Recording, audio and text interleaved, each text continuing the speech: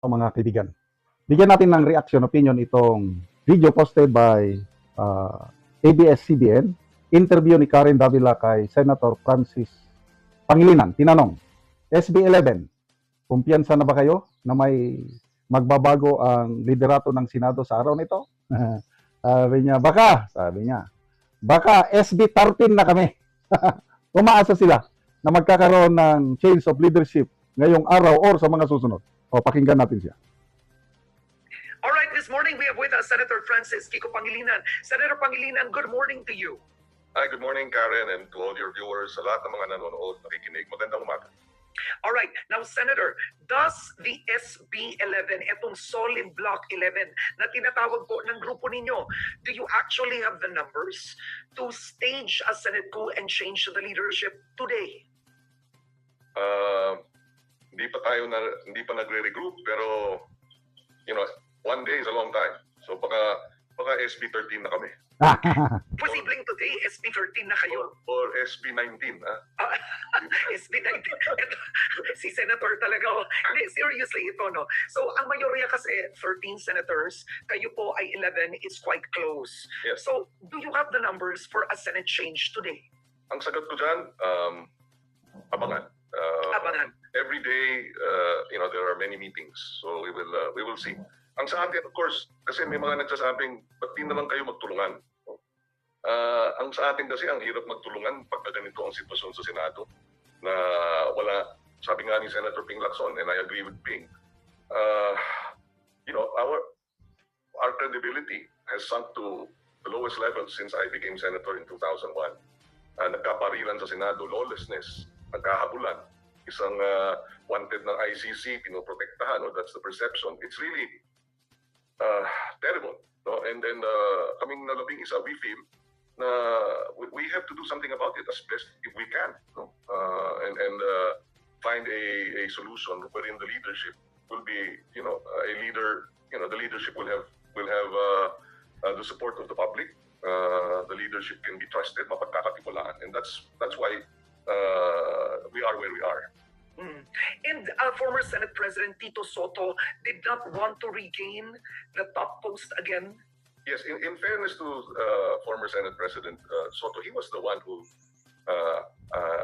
suggested Win as a compromise candidate for us in the Senate to break the impasse. And that's why it was very easy for all 11 to throw our support for Win. So si Senator Soto has shown in the last several months his statesmanship, his independence, and his concern for the Senate as an institution. And when he threw his support behind Okay, so di ako mag-react, ha. SB 11, ang manok nila si Gatchalian. Si Soto, umatras na. Anong ibig sabihin nun? Inaamin ni Soto na mahina na siya. Kasi kung maganda pa ang kanyang leadership, pwede ipostro niya. Ibig sabihin, surrender na siya. Wag na ako. Wala tayong pag-asa. Wala tayong pag-asa pag ako. Gatchalian, subukan natin. Yan. So, si Gatchalian naman, sige, baka sakali. Kaya, dasal. Pag sa loobin ng Diyos, pag plinano ng Diyos, darating at darating yan. So, lumalabas, maka-Diyos din pala itong si Gatchalian, dahil pag nagsalita siya, paubayan na natin sa Diyos. Nag-post siya ng picture, thy will be done. Nananalangin siya sa simbahan, katabi naman niya si First Lady Lisa Araneta Marcos. Thy will be done. Sige. So, ako, assessment ko yung sabi ni Kiko Pangilinan, Senator Pangilinan na abangan, as of now, alanganin pa. Yung ganyang pananagot, parang halusot. Wala akong maramdaman na exuberance o yung joy na.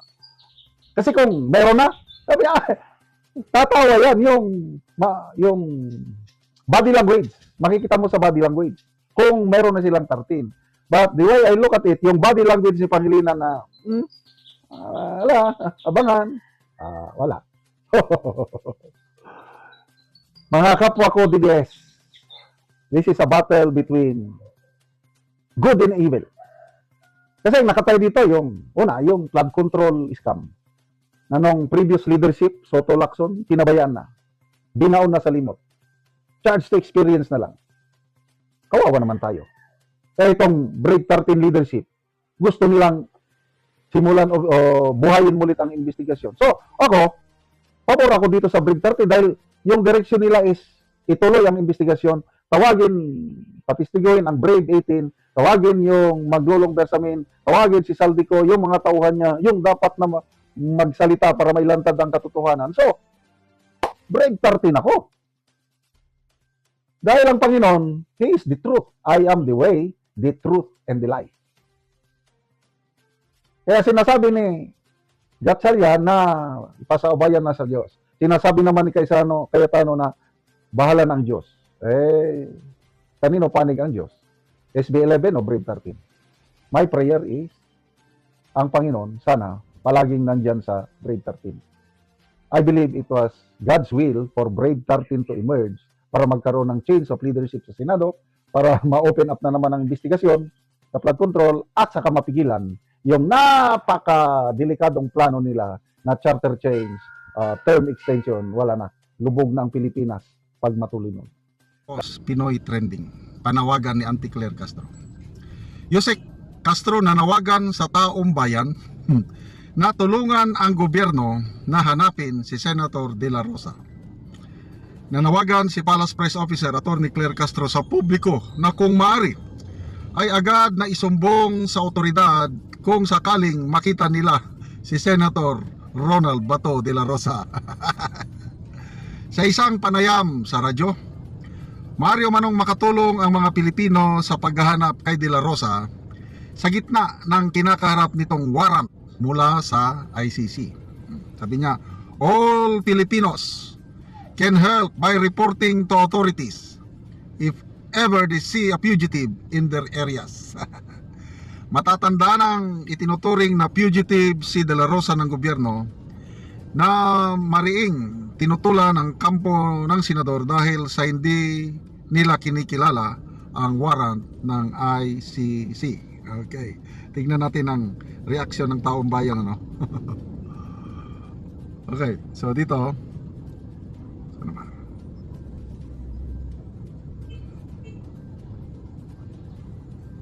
$6,200 nag-react, 5,500 ang tumatawa, 212 ang galit, 426 lang ang nag-like o naniwala. Anong percentage ito? 95% sa taong bayan ayaw maniwala o ayaw tumulong sa paghanap kay Senator Bato. So, basa tayo sa mga comments.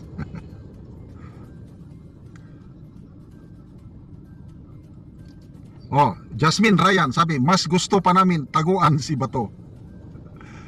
Joey Rojas, talagang mahina ulo nitong kupal na ito. Ang dami mong pulis at military. Bakit hindi silang utusan mo? Pari-pareho kayong tulog sa opisina mga unggoy. Jen Espere, mau paano mo resign ka na anti-clearing? Radito Cruz, ikaw na lang na isa clear maghanap, papagurin mo pa kami. Parang kay Saldico, nanawagan ng gobyerno noon, isumbong nyo naman sa amin pag makita nyo si Saldico. Sabi ng mga OFWs, hoy, ang dami nyong intelligence fund o confidential funds, huwag nyo kaming utusan, kayo ang maghanap. Oh, ito naman ngayon. Okay, makarelate ako nito, yung mga ganyang panawagan. Nung tenyente pa ako, kapitan, kaya bata sa serbisyo, nasa kabundukan, naghanap kami ng NPA. Pagdating namin sa mga barangay, kinakausap namin ng mga tao talaga, parang dialogue, pulong-pulong. Nasabi namin na kalaban ng gobyerno ang NPA, isumbong sa amin, i-report. Mga tao, gumagan lang din. Sir. Yung pala, ang mga taong kinakausap namin, galit na galit sa gobyerno. Kasi nga, maraming abuso.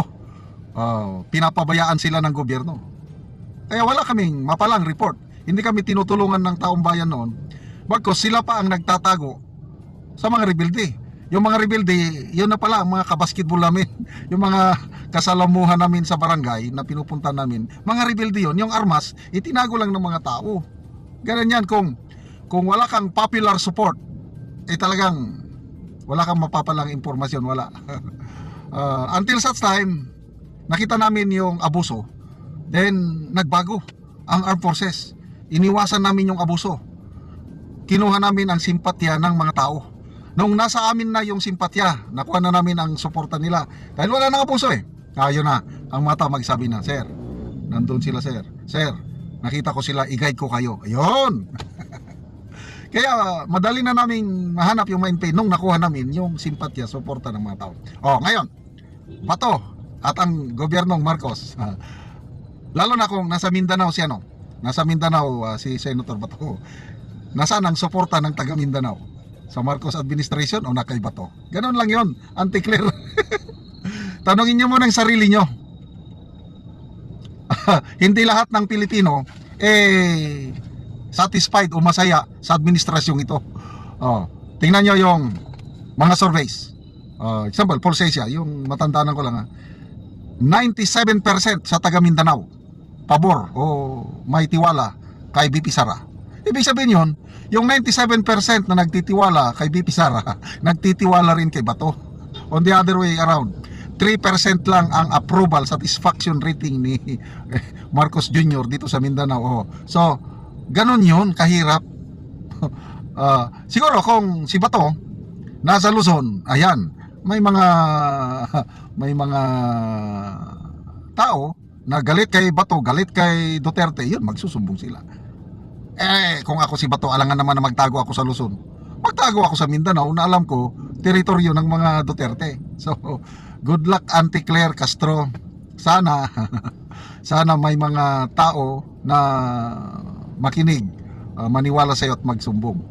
Tanong, General Bantag, tatlong taon na, may nagsumbong ba kung nasaan siya?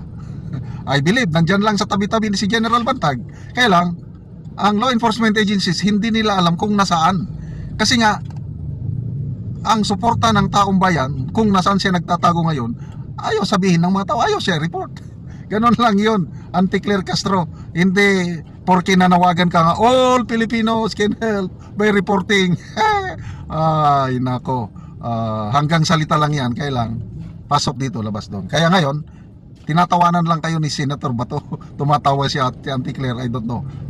Hanggang, kahit everyday ka manawagan Anti-Claire, pustahan tayo kung mayroon bang tutupad o tutulong sa gobyerno. So, it's a challenge. Tanungin nyo sarili nyo, kumusta ang suporta ng taong bayan sa inyo, sa Marcos Jr. administration, especially dito sa Mindanao na baka nandito nagtatago si Senator Bato. Salamat mga kaibigan sa inyong pagsubaybay sa channel na ito. Nakakatulong kayo ng malaki sa tribong Talanding ng Bukidnon dahil ang sweldo natin sa channel na ito is pantulong po sa tribo. Namimigay tayo ng libreng yero at pako para makapagpatayo naman sila ng mas maayos na